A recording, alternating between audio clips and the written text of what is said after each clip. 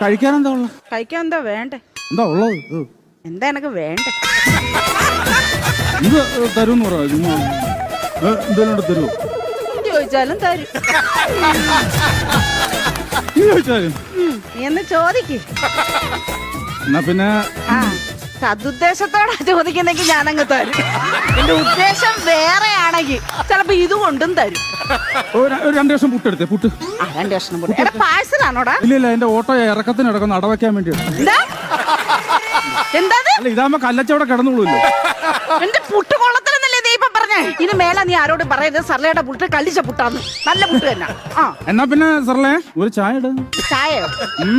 പതച്ച ചായ വേണോ പതക്കാത്ത ചായ വേണോ? പതക്കാത്ത മതി. ശരി പതക്കാത്ത ഇടാം.